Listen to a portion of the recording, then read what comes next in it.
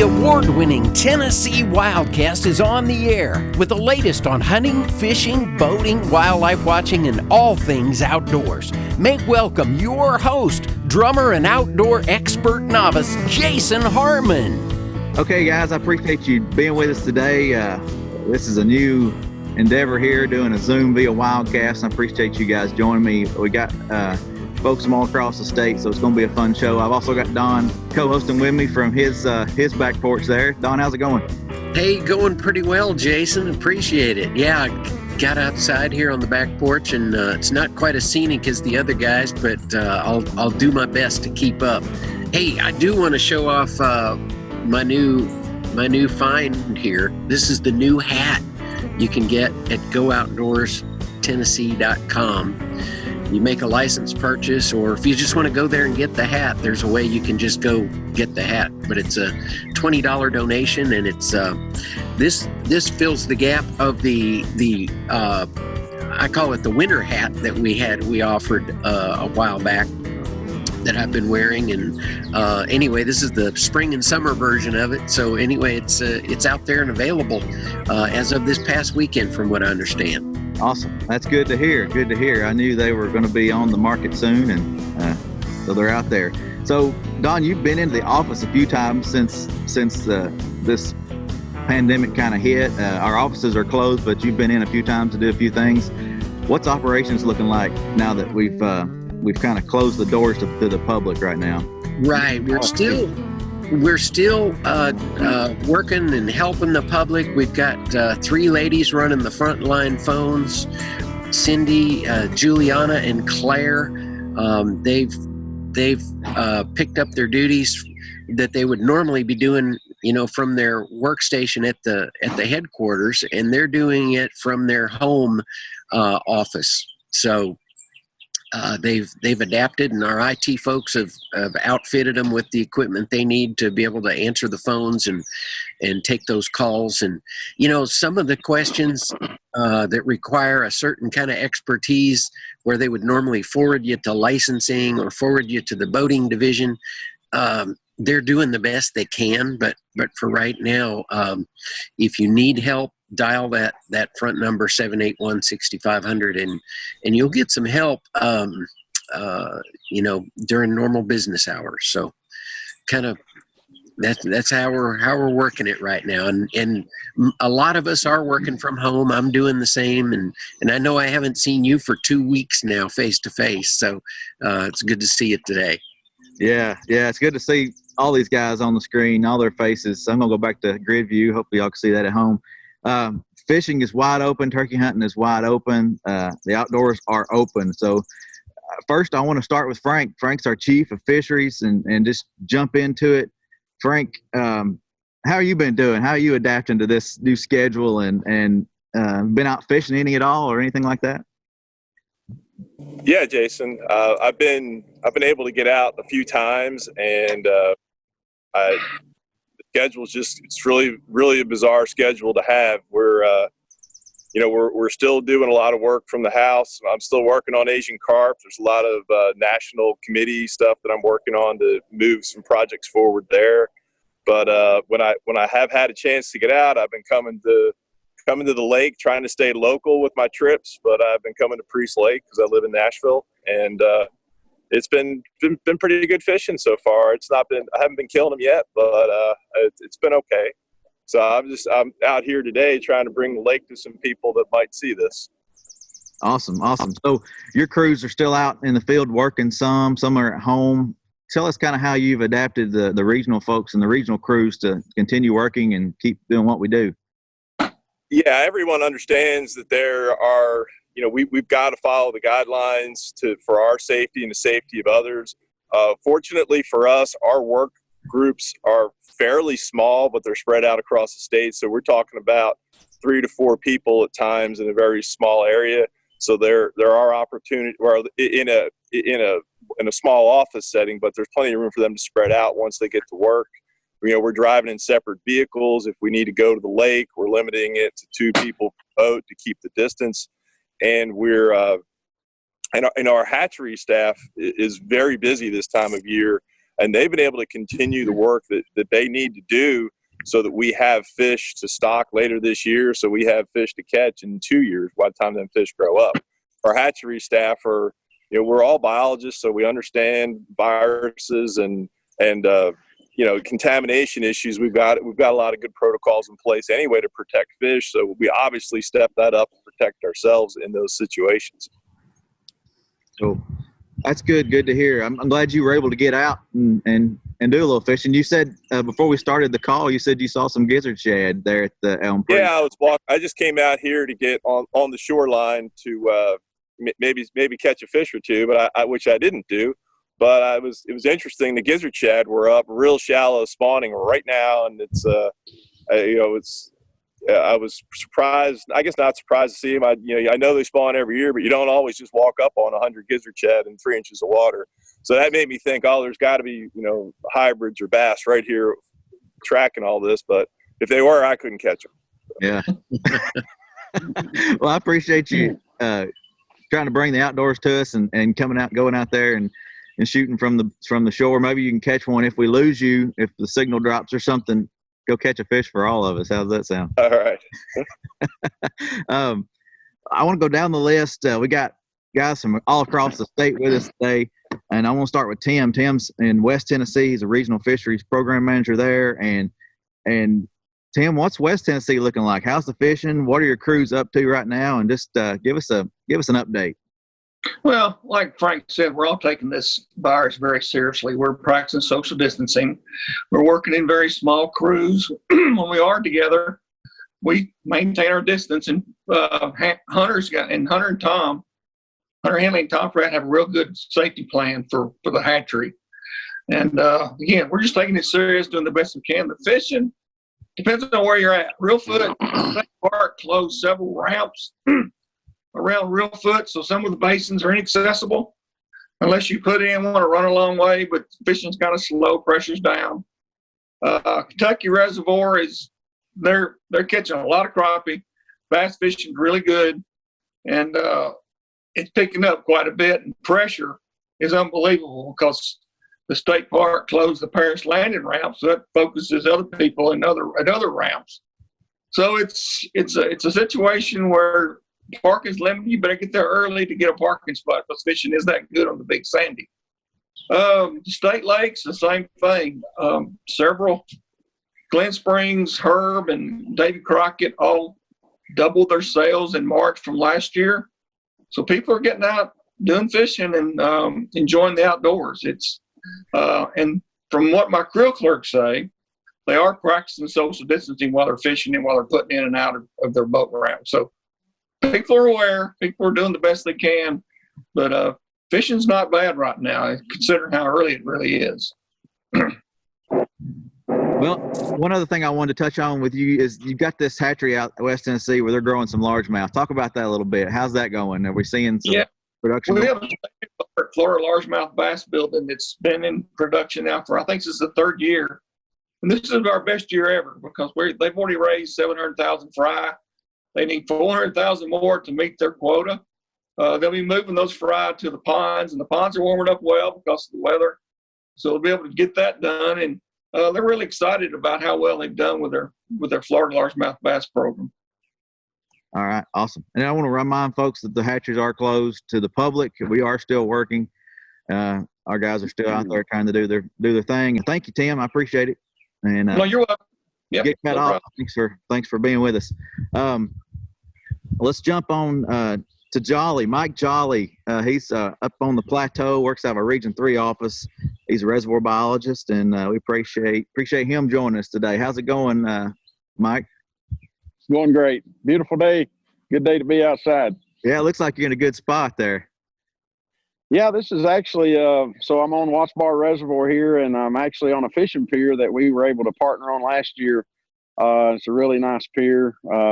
Provides some really good fishing. We put a lot of fish attractors out from it, so just coming out and enjoying the scenery here, and also the opportunity, the place that we were able to partner in and help the public have a place to fish. Have you caught any fish there yet? No, not yet. So I hadn't wet a line yet this morning. So, but it does look pretty tempting as I see some of the fish swimming around some of the structure and stuff here. Definitely. Well, tell us how your crews are adapting and what's going on out of the Region 3 office. I know you've got a lot of work on the plateau and then a lot of work on the Tennessee River and things like that. So what's going on with you guys? How y'all adapting to this? Yeah, so we've been very conscientious, about the virus and the social distancing and all that. We've split our crews up, rotating some shifts out, keeping people apart. Our hatchery work right now has really probably given us the lion's share of work to do. So we were right in the middle of walleye spawning, so we were able to go out and get several brood fish in our Tennessee River system. Is from fish that we stocked years ago. Taking those back to our hatchery there at Sugar Creek, able to spawn those out. The guys have really done a tremendous job with that. And just last week, the eggs had turned into the fry, which are those small hair-like little things that we call fish, So anyway, they were able to stock those in the ponds at the end of the week. And those will remain in there for 30 to 50 days or so until they grow up to a 1 or 2 inch fingerling size. And at that point, we'll extract them out and stock them into the reservoirs where they're destined to go. But that's been a lot of work for us right there. We've also been out doing some evaluations of some of our boat ramps, looking into some of our spring surveys that are coming up, figuring out how we're going to do that. We always electrofish for black bass in the spring, and just answering a lot of questions from the public on phone calls, social media, and that kind of stuff. So staying busy. How about we highlight a couple of the reservoirs in your area? What's Chickamauga looking like? There goes a boat. What's Chickamauga looking like these days? Chickamauga, man, it continues to really be just a powerhouse for fisheries. And I know people, when they think of Chickamauga, they typically think of largemouth bass and the fishery there, and it is really good. A lot of double-digit bass, that were reported last year to us through different people. But that was a project started in 2000, so it's hard to believe. I've been in that process for about 20 years now, but Chickamauga also is very productive for crappie. Probably with a mild winter we had in early February, people were starting to display some really nice catches of crappie that they were catching. Upcoming will be some good bluegill, red ear fisheries down there, opportunity. But, of course, the largemouth bass is still a big deal. A lot of the tournaments have been postponed because of the virus. So it's going to give opportunity for a lot of people to get down there. They couldn't find a place at a boat ramp, I guess. But it's still been very crowded down there now, and a lot of people are going out, taking advantage of the good fishing at Chickamauga. That's pretty smart for folks to probably postpone those tournaments just because that's going to congregate a lot of people. Yes. That's a good move on those folks' part. You reminded me to just mention this, and we've said it. Tim even mentioned it. A lot of the ramps are closed. Some of the state park ramps are closed, but all our ramps that we manage are open. So just check our website, check our Facebook page, and call before you go for somewhere you can a local office there or something. You can call and talk to somebody maybe and get a hold of somebody, make sure something's open if you're curious. How about Del Hollow? That's a big reservoir up there. How's fishing up there? I tell you what, Del Hollow has been on fire for smallmouth, and people catching a lot of big smallmouth up there. Great numbers.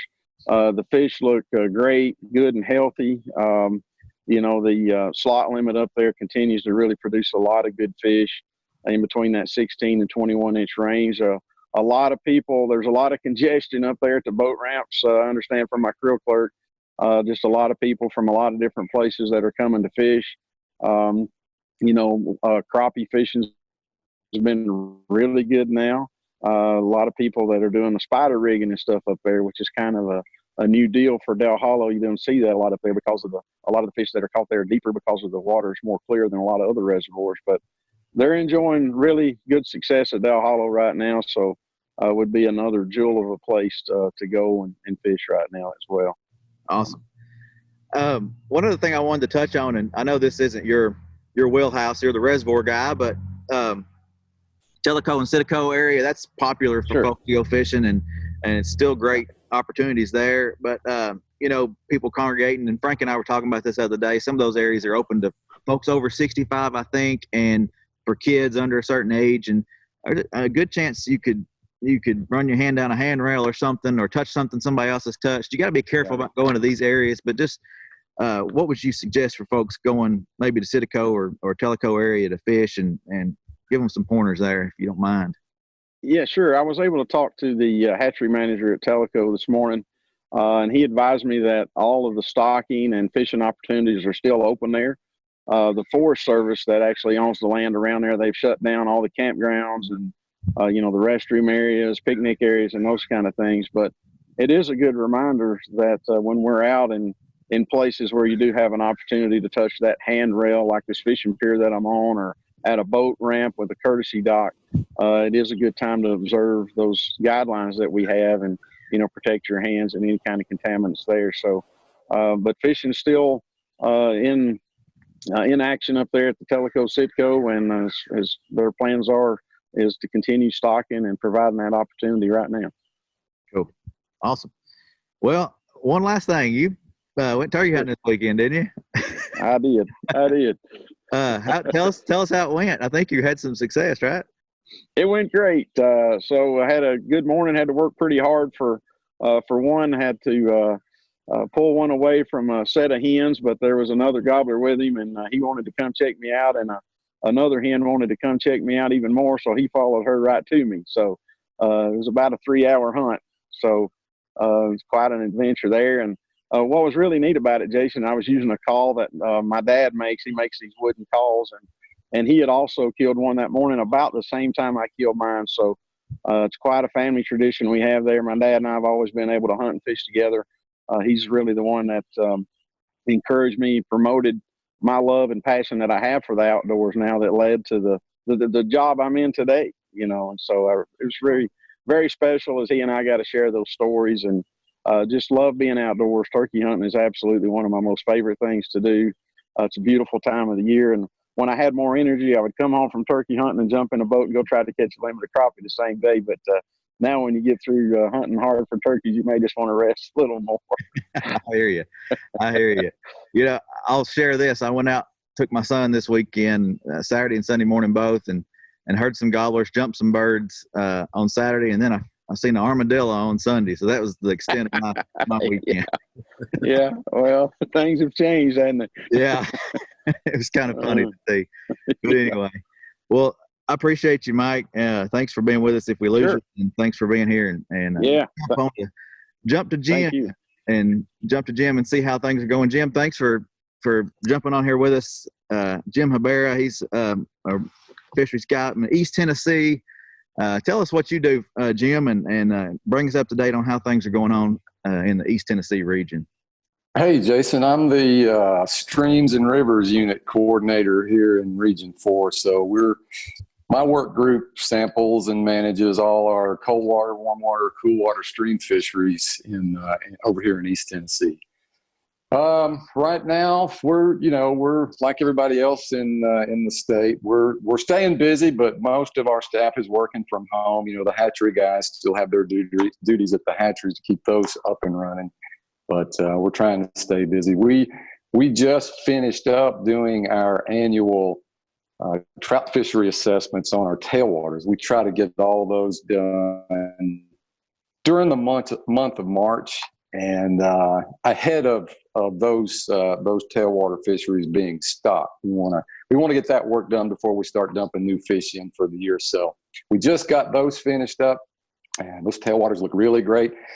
Kind of the downside is right now TVA has a lot of water to move. The reservoirs over here are the elevations of those reservoirs are above their guide curves where TVA would want them to be right now. So they're moving a lot of water, and it's hard to get to catch a day when the flow's down, when you can get out there and actually wade fish or bank fish. If you were going to float or get a boat out on those waters, you could do that. But right now, at least for the short term, it looks like there's a lot of water that they're needing to move through those systems.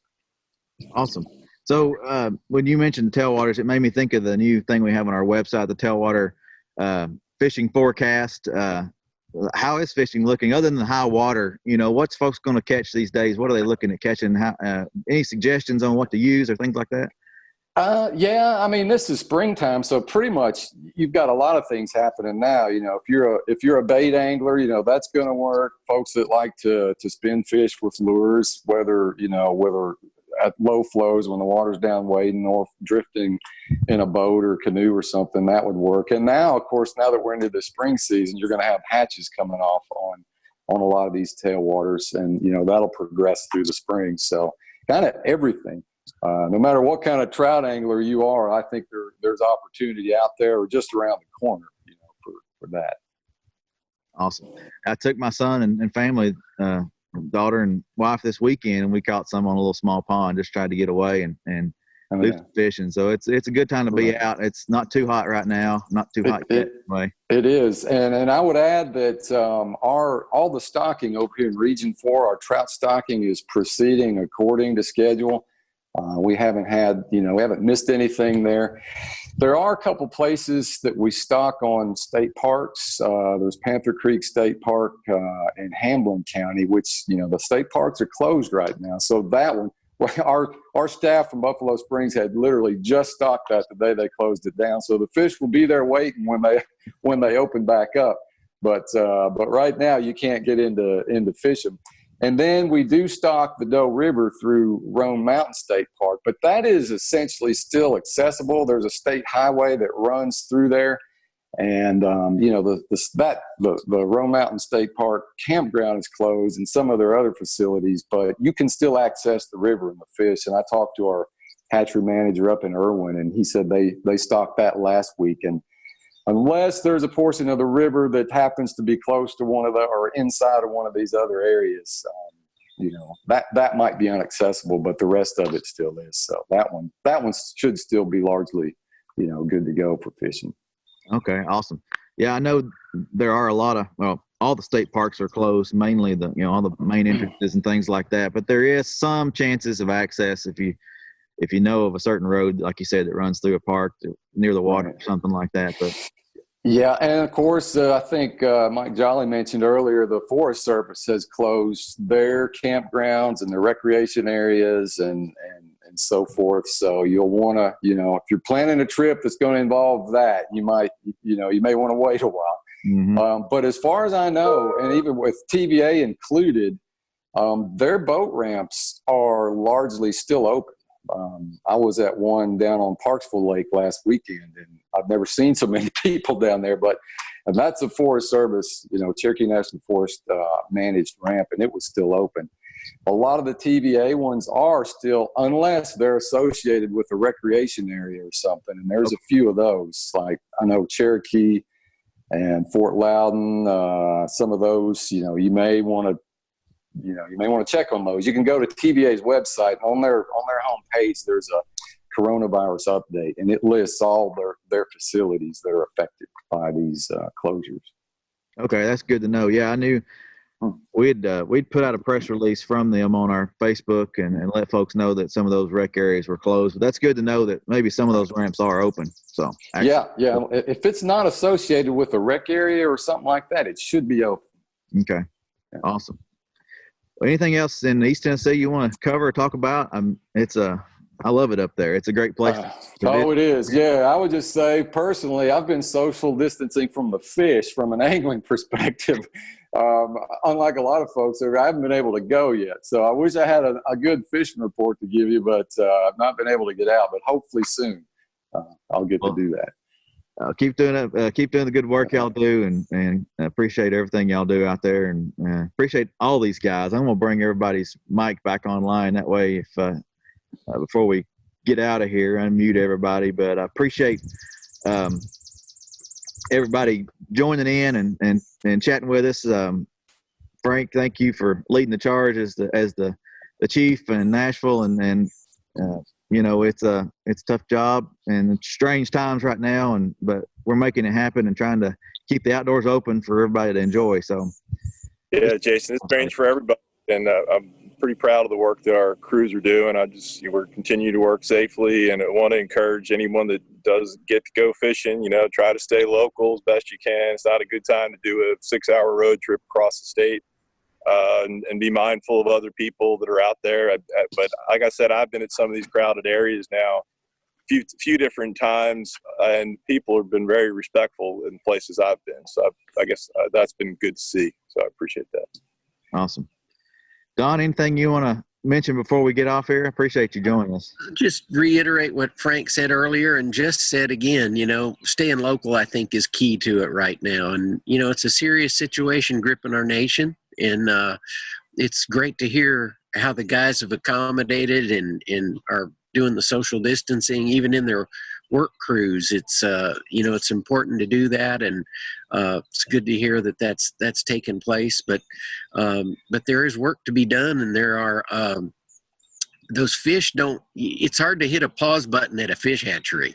It's a constant motion. If you've ever been able to visit one, there's always something going on. And so anyway, I tip my hat to the guys out there keeping those operations going and really looking forward. When this is all over and we're able to get back out and enjoy more of the freedoms that we're used to, we'll be able to reap the benefits of a lot of the work that's going on behind the scenes right now. And I appreciate, like Jason said, I appreciate all you guys and all the folks you're working with that are making it happen out there. And again, I'd just like to encourage folks that are listening to, those walls are probably closing in, on you. If you've been sheltering in place and working from home, and there's only so much TV you can watch, or so many things you can search for on the internet, and it's time to get out and maybe just grab the fishing pole and dig some worms if you don't want to go be around a bunch of people at a place to buy bait. You can or use some plastic baits, whatever you've got, and get out there and enjoy the day with your family. Yeah, even the simplest gear makes a great fishing trip. So. That's right. Watch on our Facebook coming up here pretty soon. We're going to post some fishing 101 type stuff and some ways to grab ways to just show you how to grab a rod and a sinker or a float and some worms and have a good time. So that's coming soon. And anyway, thank you guys. Appreciate you all. We're going to continue to do WildCasts like this for a while if we can, and we've got a few in the can that we can air if something goes wrong with some of these Zoom calls. But we're going to keep trying to maybe do some roundtable discussions like this throughout this strange time, and keep bringing this to the folks out there and on Facebook and YouTube and all kinds of places. So appreciate you all. Don, thank you for being with us today. And thank you, Jason. Thanks for setting it all up. Yeah, I guess we'll call it a show, and see you next time on Tennessee WildCast. All right, guys. Thank you. Thanks for tuning in. Stay connected with TWRA by visiting our website at tnwildlife.org and follow us on Facebook, Twitter, and Instagram. Hey, it's all about Tennessee wildlife. It's what we do. Tennessee WildCast will be on the air again next week. We'll see you then.